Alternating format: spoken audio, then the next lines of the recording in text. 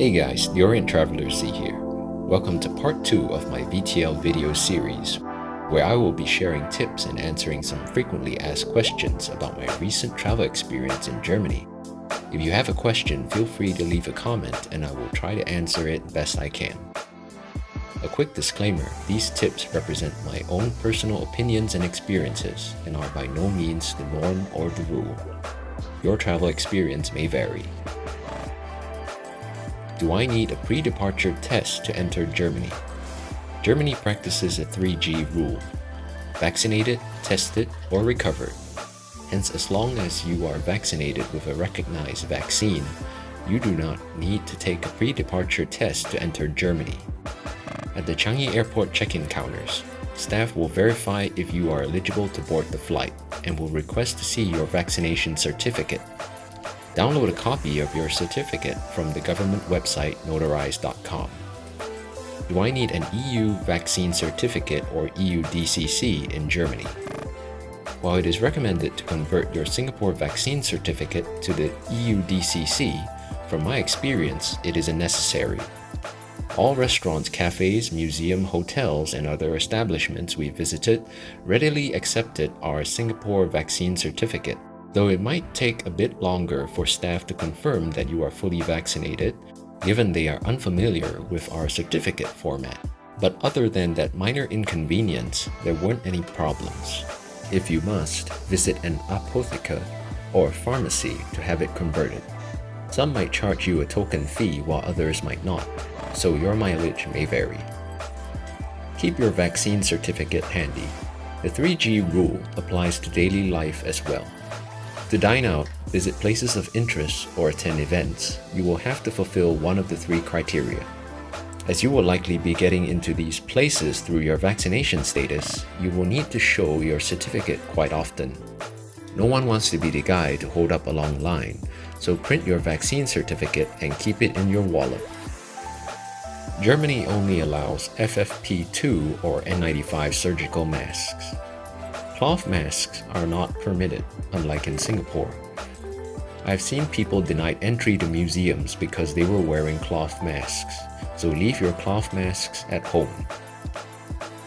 How safe is it in Germany? There are 2 parts to this question.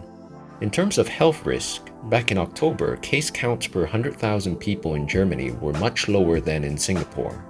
Additionally, Germany has a relatively high vaccination rate among its population. However, recently, the number of cases in Germany has risen significantly, while the number of cases in Singapore has fallen, leading to a swap in places when comparing case counts per 100,000 people. Would I still make the trip to Germany in late November 2021?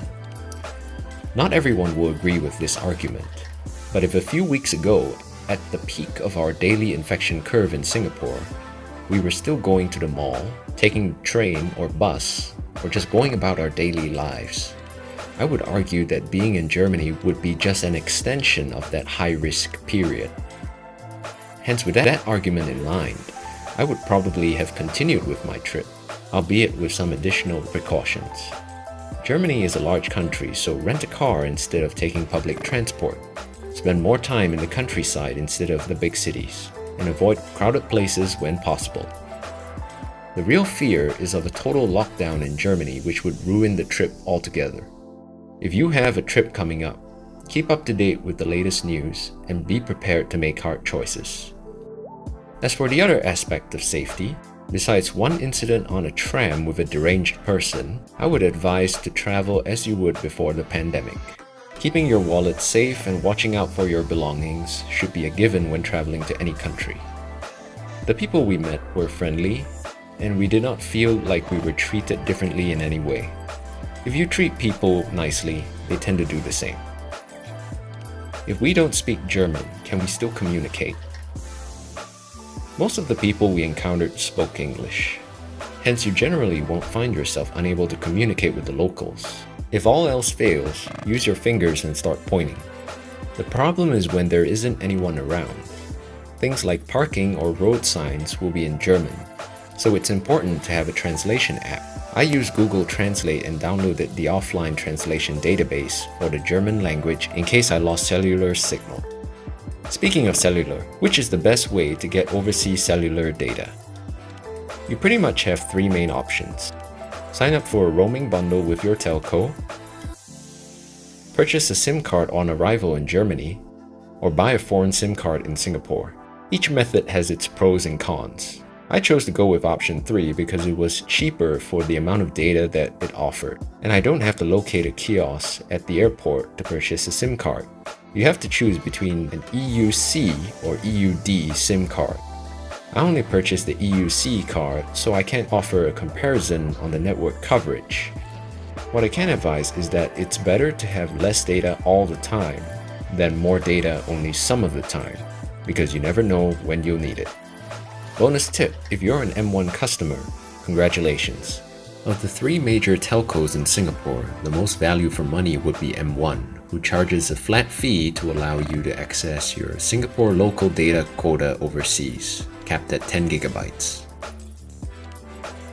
I hope these tips have been helpful.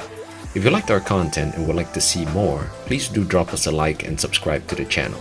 It would really help us out. I will be covering money and driving in part 3, so stay tuned for the next video. Thanks for watching. Till next time.